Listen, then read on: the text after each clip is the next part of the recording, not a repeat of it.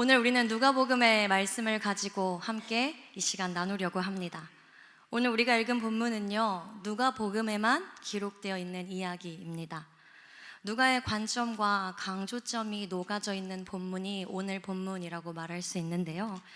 그런데 누가가 이 이야기를 아무데나 배치한 것이 아니라 저자의 의도를 가지고 오늘 이 말씀을 지금 이 10장 38절 42절에 기록했다는 것을 우리는 기억해야 합니다.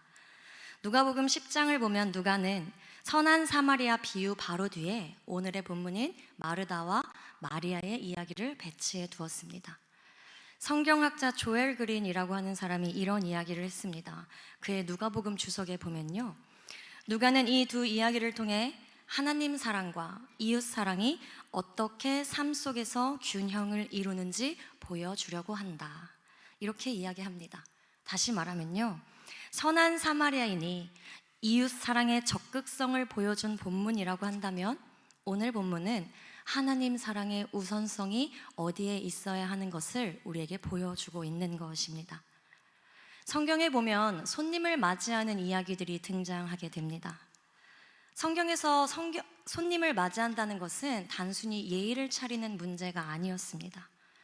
창세기 18장에 그 대표적인 이야기가 기록되어져 있는데요, 아브라함에게 손님들이 찾아오게 되죠. 낯선 나그네들이었습니다. 그럼에도 불구하고 아브라함은 그들을 위하여 급히 송아지를 잡고 떡을 굽기 시작합니다. 분주하게 움직이기 시작하는 것이죠. 그리고 그들을 위하여 최선을 다하여 자신이 할 수 있는 사랑과 정성의 마음으로 그들을 섬기는 것을 우리는 말씀을 통해 확인할 수 있습니다. 아브라함의 이 태도는 무슨 태도였을까요? 이 환대는 믿음에 대한 표현이었습니다. 그리고 이 환대는 하나님을 대하듯 그들을 대하는 아브라함의 태도였다라고 하는 사실입니다. 유대 사회에서 손님을 제대로 대접하지 않는 것은요, 무례를 넘어 수치로 여겨졌기 때문에 그랬습니다. 그래서 오늘 우리가 함께 읽고 있는 이 본문에서 마르다가 예수님이 자신의 집에 오셨을 때 분주하게 일했다라고 하는 것이 사실은 이상한 일이 아니라고 하는 사실입니다. 너무나도 당연하게 지금 마르다가 주님을 모시기 위해 일하고 있다라고 하는 사실이죠. 그런데 너무나도 당연한 이 사실 앞에 예수님께서 지금 마르다에게 전혀 예상하지 못한 한 말씀을 하고 계신다라고 하는 거예요. 오늘 우리는 이 밤 이 사건을 통해 왜 예수님은 마리아의 선택이 좋은 편에 있다라고 말씀하시는지, 이 질문 앞에 우리의 삶과 우리의 영혼을 함께 세워보기 원합니다. 잘 알고 계시듯이 본문 38절의 말씀을 보면 지금 예수님께서 한 마을에 들어가셨다라고 하는 것을 우리는 알 수 있습니다. 예수님이 계시는 장소가 바뀌었다라고 하는 것인데요, 예수님이 예루살렘에서 그다지 멀지 않은 베단이라고 하는 마을 가운데 들어가셨습니다. 예수님이 베다니 마을에 가신 것은 다른 이유가 아니었습니다. 마르다와 마리아의 집에 초청받아, 다시 말하면 초대받아 그 집에 방문하셨다라고 하는 거예요. 예수님처럼 귀한 손님이 자신의 집에 방문하신다는데 그들의 마음이 어땠을까요? 우리가 흔히 담임 목사님이 대신방하러 우리 집에 온다고 하면 여러분 일주일 전부터 대청소하지 않으십니까? 그리고 절대로 열면 안 되는 하나의 방이 있지 않습니까? 그 판도라의 상자 같이 말이에요. 그리고 그 목사님이 오시기 전에 무슨 간식을 준비해야 할지, 어떤 상을 차려야 할지 고민하고 또 고민하지 않습니까? 그런데 여러분 생각해 보십시오. 지금 예수님이 우리 집에 오신다는 것입니다. 마리아와 마르다의 마음 가운데 얼마나 가득 찬 기대가 있었을까요? 예수님이 오시기에 그들이 다양한 것들을 생각하고 준비했을 것입니다. 그런데요, 문제가 하나 생겼습니다. 마르다가 예수님을 맞이하기 위해 정성껏 맛있는 음식을 준비하고 있는데 그러다 주변을 돌아보니 자신의 동생인 마리아가 보이지 않는 것입니다. 그래서 내 동생 마리아가 어디에 있는가 찾아보았더니 그가 어디에 있었어요? 예수님의 발치 아래 주님의 말씀을 듣고 있었다고 성경은 기록합니다.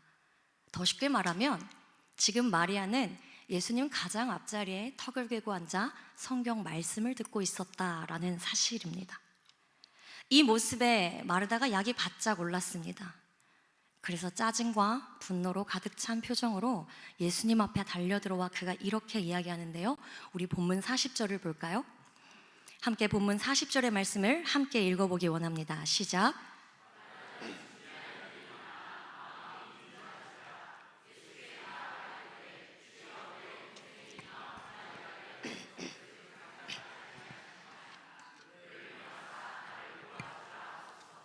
여러분 말씀을 잘 보십시오. 지금 마르다가 화를 내고 있어요. 근데 화를 내고 있는 대상이 누구입니까? 누구에게 화를 내고 있죠? 예수님에게 화를 내고 있습니다. 마르다의 이 말은요, 지금 이런 겁니다. 아니, 예수님, 지금 제가 주님을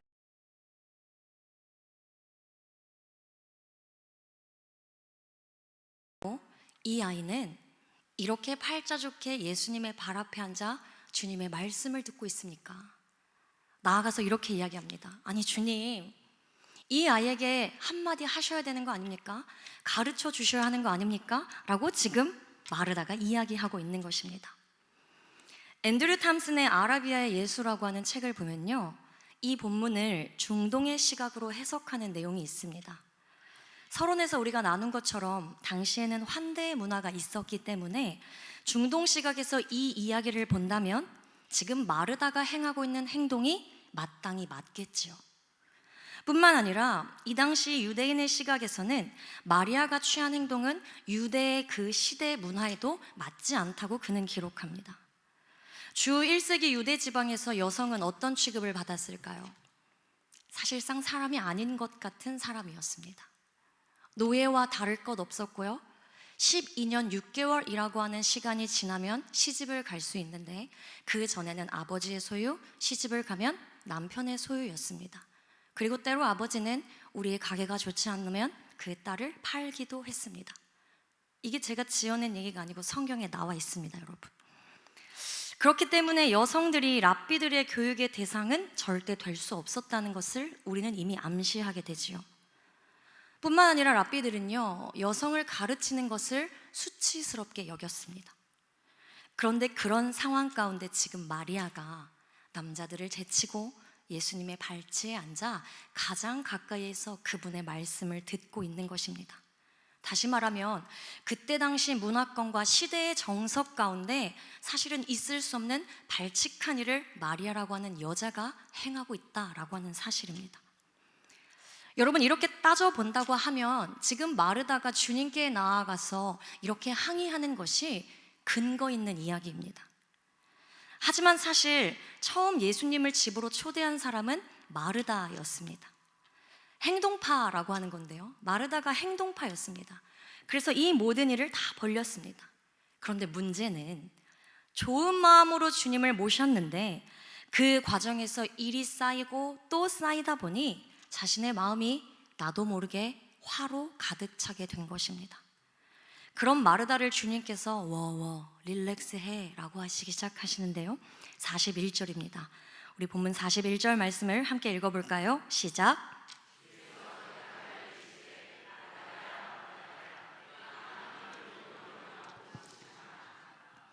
말씀을 보면 지금 주님께서 염려한다라고 하는 말씀을 쓰시죠.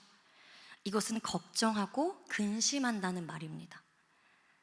더 조금 적나라하게 강하게 이야기하면 지금 마르다의 마음 가운데 짜증이 폭발했다라고 하는 것을 의미해요. 여러분, 근데 누구나 그렇지 않습니까? 내 마음에 여유가 없으면, 그리고 내 마음에 걱정과 근심의 무게가 한가득 있으면 나도 모르게 그 짜증이, 그 분노가 외부로 폭발하게 되는 것을 우리는 누구나 경험하게 됩니다. 그런데 지금 예수님께서 그런 마르다의 마음을 아시고 마르다의 이름을 2번 부르신다는 거예요. 사람의 이름을 2번 부를 때는 여러 가지가 있습니다. 정말 급할 때 예담아 예담아, 혹은 그를 달래기 위해서 예담아 예담아 라고 할 수 있는 거죠. 오늘 본문은 그의 격양된 마음을 가라앉히기 위해 마르다야 마르다야 라고 하시는 것입니다. 여기서 기억해야 할 것이 있습니다. 지금 예수님은 마르다에게 시중드는 일로 분주한 것과 많은 일로 염려하고 있는 것을 책망한 것이지, 그가 이 일을 했다는 것 자체를 가지고 책망하고 있는 것이 아니라는 것을 우리는 기억해야 합니다. 누군가는 해야 하는 일이 맞죠. 아무도 음식을 안 하면 누가 그것을 먹을 수 있겠습니까? 그래서 지금 예수님은 이 마르다의 마음 상태가 잘못되었다는 것을 지적하고 계시는 것이지 그 일 자체에 대한 책망을 하는 것이 아니라는 것입니다. 그래서 누군가는 이 본문을 마르다의 책망이 아니라 마리아에 대한 변호에 대한 이야기라고도 말합니다. 여러분, 사역을 하는 과정에서 마음의 상태가 이렇게 분노와 짜증으로 가득하기 시작하면 그것은 무엇인가 잘못됐다는 신호입니다. 나를 들여다보아야 합니다. 영적인 내 상태를 점검해야 한다는 것이죠. 어떤 분들은 마르다가 사역을 한 것 자체가 잘못되었다고 하지만 사역을 한 것이 잘못된 것이 아니라요, 그가 예배로 영적인 은혜가 충만하지 않은 상태에서 사역을 하니 지금 부작용이 일어난 것입니다. 가장 큰 부작용이 있습니다. 사역을 하다 보면 그런 경우들을 보게 되는데, 지금 마르다처럼 다른 사람을 향하여 내 분노가 폭발하는 것입니다. 그리고 나아가 그 분노가 예수님을 향한 원망으로 가게 될 때 그것은 완전히 잘못된 사역의 부작용이라고 하는 사실입니다. 흔히 그때 어떤 마음이 듭니까? 아니, 나는 이렇게 일을 많이 하는데 왜 저 사람은 아무것도 하지 않지? 나는 아무도 보이지 않는 곳에서 이렇게 꾸준히 일을 하고 있는데 왜 저 사람은 인정받고 칭찬받고 보이는 자리에만 있지? 여러분, 이런 섭섭한 마음이 들 때 섭섭이 영이 들어왔다고 합니다. 우리 안에 이 섭섭영, 섭섭마귀가 들어오기 시작하면요, 우리의 마음이 걷잡을 수 없게 됩니다. 하나부터 열까지 서운한 거 투성이 되기 때문에 그렇습니다. 그래서 그 섭섭영에 사로잡힌 채 한마디를 하기 시작하면 교회 전체가, 공동체가 시험에 들게 됩니다. 그런 예수님께서 지금 이 마리아의 마음을 아시고 뭐라고 하시냐면요, 본문 42절에 기록되어 있습니다. 우리 42절의 말씀 한 번 더 읽어볼까요? 시작.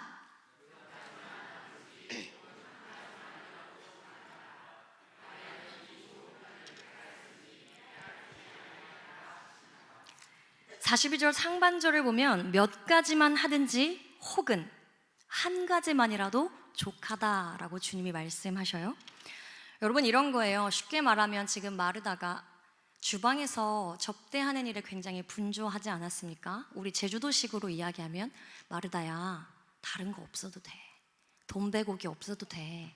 나는 고기국수 한 그릇이면 충분해 라고 말하고 있는 거예요. 사실 마르다를 지금 몰아붙이고 있는 것은 주님이 아니라 누구입니까? 자기 자신입니다. 자기의 만족, 내가 세워놓은 기준, 그것을 향하여 지금 마르다가 나아가고 있는 것이죠. 주님을 위해 좋은 것으로 섬기고 대접해드리고 싶은 마르다의 이 마음 자체를 저는 굉장히 귀하게 봅니다. 그러나 지금 마음의 경로가 이탈해버렸다는 것에 문제가 있습니다. 여러분, 하나님의 일을 하다가 잘못하면 하나님은 사라지고 일만 남게 됩니다. 그럼 어떤 일이 일어날까요? 사역을 하긴 하는데 내 안에 기쁨과 감사와 하나님 앞에 일할 수 있음에 영광스러웠던 그 마음의 고백들이 어디로 갔는지 사라져버리게 된다라고 하는 것입니다. 동시에 지금 내가 여기서 무엇을 하고 있나 싶으면서 마음의 분노와 짜증이 가득 차게 되어지는 것이죠. 그러면 마르다와 같이 애꿎은 사람을 향하여 화풀이를 하기 시작합니다. 나만큼 열심히 하지 않고 나를 도와주지 않는 사람들이 미워지기 시작하는 것이에요. 그래서 마르다와 같은 행동형 영성 사역자들이 조심해야 할 것이 있습니다. 그것은 사역의 원동력이 되는 은혜가 사라졌을 때 자꾸 누군가를 향하여 서운한 마음이 드는 것을 경계해야 합니다. 이 마음을 아시고 주님께서 지금 마르다에게 경고하시는데 뭐라고 하시냐면, 마르다야, 마르다야, 너 지금 마음이 너무 분주하다라고 하셔요. 마르다야, 네가 지금 일이 너무 많아 라고 말씀하시는 게 아니라 내 마음이 분주하다라고 말씀하십니다. 이 말씀은 곧 무슨 의미냐면 마르다의 마음 가운데 문제가 생겼다라고 하는 것입니다. 그리고 이때 예수님께서는 짜증으로 가득 찬 마르다에게 이렇게 말씀하십니다. 마리아는 이 좋은 것을 택하였으니 빼앗기지 아니하리라. 오늘 우리가 말씀을 시작하며 우리의 삶과 우리의 사역을 이 질문 앞에 세워보기를 우리는 시작했습니다. 여러분, 마리아가 택한 것은 무엇이었습니까? 주님을 예배해야 할 때 집중력 있게 그분의 임재 가운데 빠져들고 나의 시선을 그분의 시선 가운데 맞추는 예배를 선택했습니다. 여러분, 사실 예배를 아무 때나 드릴 수 있다고 우리가 생각하죠? 그러나 그렇지 않습니다. 예배는 주님의 임재가 있을 때 할 수 있고 주님이 오실 때 우리가 드릴 수 있는 것이 예배라고 합니다. 마리아는 그래서 그 순간 가장 최고의 선택인 예배를 선택했고, 주님께서는 지금 그 선택을 한 마리아를 향하여 칭찬하시며 너의 선택에 내가 기뻐한다고 말씀하고 계시는 것입니다. 그럼 여기서 한 가지 질문이 듭니다. 왜 주님께서는 마리아의 이 예배의 영성을 칭찬하시고 집중하셨을까? 그것은 교회의 본질과도 관련이 있습니다. 여러분은 교회의 본질이 무엇이라고 생각하십니까? 저마다 생각하는 본질이 있을 수 있겠지만요, 제가 가장 생각하는 교회의 본질은 주님을 예배하는 것입니다. 저는 이 본질 앞에 무엇과도 타협할 수 없는 마음을 갖고 있는 사람입니다. 교회의 본질은 주님을 예배하는 것인데, 교회가 그 본질을 붙잡을 때 하나님께서는 교회를 교회되게 하십니다. 여러분, 아멘이십니까? 교회의 본질인 예배가 죽으면 하나님의 임재도 그 성전에서 떠나게 된다라고 하는 사실이에요. 하나님의 임재가 교회에서 떠나면 어떻게 될까요? 교회는 생명력을 잃게 되는 것입니다. 구약 성경에 보면 성전 가장 깊은 곳에 뭐가 있죠? 지성소가 있습니다. 이 지성소는요, 오직 하나님의 임재만으로 가득해야 했던 곳이었습니다. 다시 말하면 구별되었던 곳이라고 하는 것이죠. 그래서 제사장들이 지성소 안을 거룩하게 유지하는 것에 최선을 다했고 힘을 썼습니다. 그러면 여러분, 거룩하게 유지한다는 것은 무엇일까요? 우리가 흔히 주님, 우리가 거룩한 주의 백성 되기 원합니다, 우리의 마음을 거룩하게 하시고 성결케 하소서라고 하는 기도를 하지 않습니까? 거룩하게 한다라고 하는 것은요, 깨끗하게 청소도 하지만 세상의 가치나 방법을 가지고 들어오지 않는 것입니다. 하나님의 것으로 구분하여서 나의 생각과 나의 사고와 나의 판단을 배제하고 오직 하나님의 임재로 채우는 것을 우리는 거룩하게 유지한다라고 해요. 그래서 항상 지성소 안은 세상이 어떠하든 하나님의 임재로만 가득 차게 만들어야 했습니다. 여러분, 배가 항해를 할 때 언제 침몰합니까? 제 아무리 넘실거리고 파도가 강하다 하더라도요, 배 안으로 물만 들어오지 않으면 항해를 하는 것에 어려움은 있겠지만 배가 침몰하지는 않습니다. 그런데 배 안으로 물이 들어오는 순간 배는 침몰하게 되어 있습니다. 이스라엘 백성들이 세상을 살 때요, 세상 파도가 주위에서 아무리 몰아쳐도 하나님을 만나는 그 지성소 안에는 세상의 염려와 파도를 가지고 들어오지 못하게 했어야 했던 것입니다. 다시 말하면 세상의 걱정과 근심과 염려의 마음들을 지성소 안으로 가지고 들어와서는 안 된다라고 하는 것이죠. 그럼 우리가 지성소 안으로 들어갈 때 무엇만 가져가야 합니까? 그 안에는 오직 하나님의 임재, 하나님의 마음, 하나님의 눈 속에 담긴 하나님의 은혜의 시선만을 가지고 들어가야 하는 것입니다. 그리고 우리가 지성소에 들어가면 그의 나라와 의를 구하는 것에 우리의 사력을 다하여 주님을 예배하고 주님을 바라보아야 하는 것이죠. 사랑하는 여러분, 저는 우리의 삶이 온전한 예배자로 하나님 앞에 세워질 때에 우리의 삶 가운데 하나님의 역사하심과 일하심이 드러날 것이라고 확신하고 또한 믿습니다. 더 쉽게 말하면 이런 거예요. 오늘의 기도가 내일의 기적이 되는 삶이 우리가 하나님 앞에 온전히 서 있을 때 시작되어진다라고 하는 것입니다. 우리가 그렇게 살아갈 때 아무리 내 힘으로 애쓰고 노력해도 무너질 것 같지 않았던 여리고성이 무너지게 되고, 내 삶을 가득 채우고 있었던 어둠의 영들이 두려워 물러나기 시작하는 역사가 일어납니다. 사랑하는 여러분, 우리에게도 지성소가 있습니다. 우리 또한 그 지성소 안에서 예배할 때는 세상의 모든 문제와 그리고 우리의 인간적인 악한 생각들, 상처와 걱정, 그리고 근심을 다 내려놓고 주님 앞으로 나와야 한다는 것입니다. 이 모든 예배를 방해하는 것을 마르다에 우리는 비유해 이야기하고 있는 것입니다. 여러분, 이것은요, 우리의 삶에 문제가 없기 때문에 아무런 문제도 가지고 들어오지 않는다라는 것을 제가 이야기하는 것이 아닙니다. 우리가 주님을 예배하는 순간만큼은요, 주님께 우리의 온 마음과 정성을 다하여 집중할 수 있어야 된다는 것입니다. 그래서 성경이 기록하지 않습니까? 신령과 진정으로 내가 예배한다. 사랑하는 여러분, 지성소에 들어오실 때는 하나님만 바라보는 은혜가 여러분의 은혜가 될 수 있기를 주님의 이름으로 축원합니다. 그때 우리는 주님의 임재와 만나며, 그때 우리는 비로소 하늘이 우리에게 허락해 주시는 세상이 줄 수 없는 평안과 기쁨을 누리게 될 것이기 때문에 그렇습니다. 마리아의 예배 영성에도 조심해야 할 것이 있습니다. 마리아는 다 완벽할까요? 그렇지 않죠. 예배를 지나치게 힘든 현실로부터 도피하는 수단으로 삼아서는 안 된다라고 하는 것입니다. 물론 예배하는 것 너무나도 좋죠. 그러나 그 예배의 임재와 예배의 갈망과 하나님을 만나는 것이 너무 기쁘고 행복하고 내 삶의 은혜로 채워지면 평생 나는 예배하는 자리에 있고 싶습니다 라고 말씀하시는 분들이 종종 있습니다. 여러분, 예배는 우리의 삶 가운데 반드시 행해져야 하는 것이지만 그 예배의 자리에 계속 머물러 있겠다라고 하는 것은 어떤 의미인지 아세요? 하나님으로부터 내게 공급받은 은혜와 사랑을 그 어디로도 흘려보내지 않고 내 삶에 꼭 끌어안고 나만 간직하겠다는 것입니다. 그런데 우리의 주님은 제자들을 왜 파송하셨어요? 받은 은혜와 사랑, 그리고 하나님 나라에 대해 선포하고 우리만 이 땅 가운데 하나님의 나라를 살아가는 것이 아니라 함께 더불어 사는 모두가 하나님의 나라를 살기 위하여 그들을 보내지 않으셨습니까? 우리 또한 주님의 제자로서 우리가 주님께 받은 은혜와 사랑이 있다면 흘려보내고 또한 그 주님의 사랑을 누군가에게 전해야 한다는 것입니다. 하나님은 우리가 먼저 받은 은혜와 사랑을 흘려보내기를 원하시는 분이십니다. 그래서 우리 하나님은 충만한 예배의 감격을 누린 사람을 반드시 사역의 자리로 보내십니다. 그럼 이런 생각을 해볼 수 있어요. 누군가 질문할 수 있죠. 마리아는 그러면 어떤 사역을 했나? 말씀만 들은 사람이었나? 라고 하는 질문을 해볼 수 있는데요.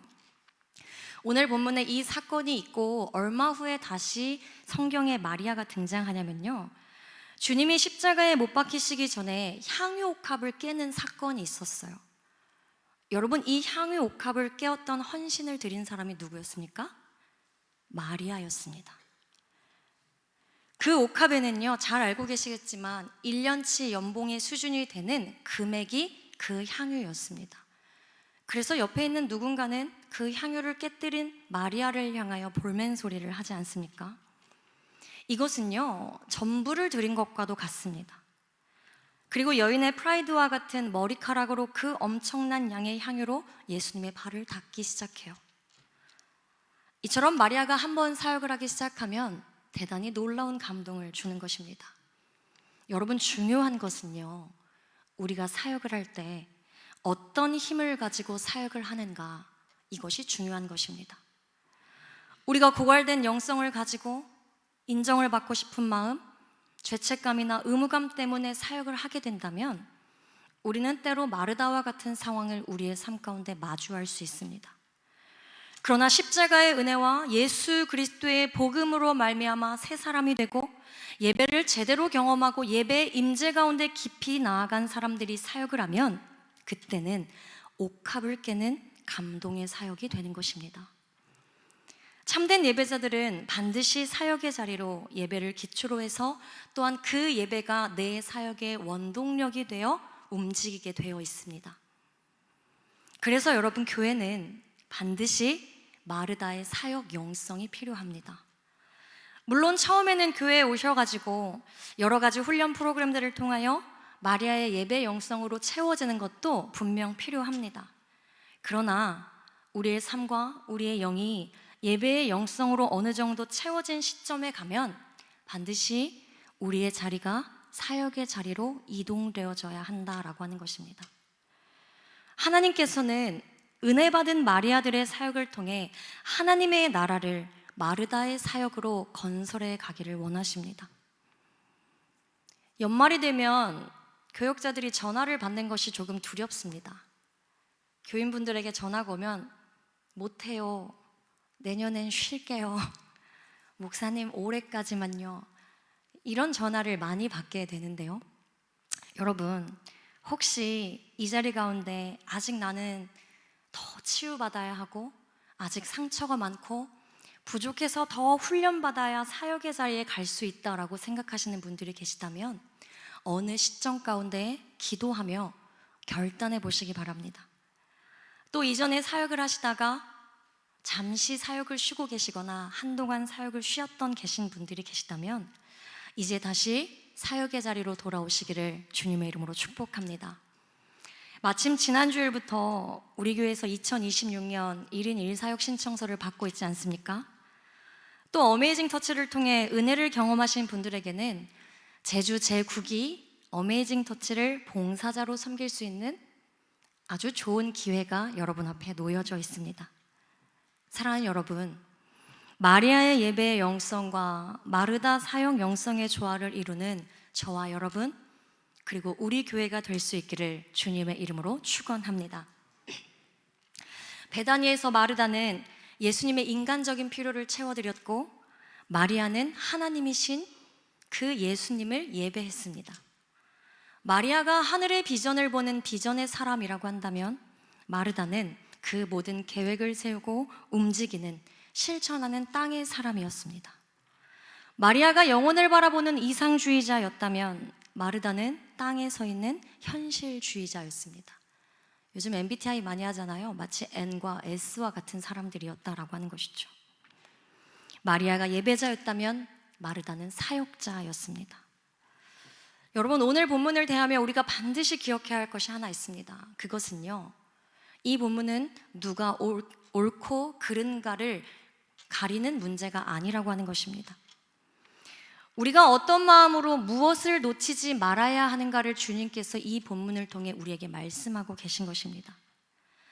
마르다와 마리아 모두 하나님 나라 확장 가운데 없으면 안 되는 중요한 두 축이었다라고 하는 사실을 기억해야 합니다.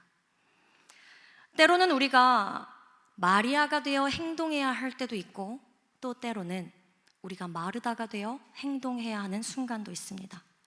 그런데 중요한 것은 그것으로 인해 분주함과 염려함으로 절대 본질을 잃어버려서는 안 된다라고 하는 것입니다.